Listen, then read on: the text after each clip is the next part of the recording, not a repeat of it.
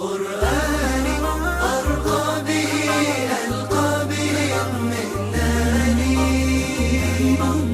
أحياني من غفلتي من زلتي وهداني. كم كانت الدنيا تضيق بوسعها، فتلوته ورأيته بابا لخير جناني. قرآني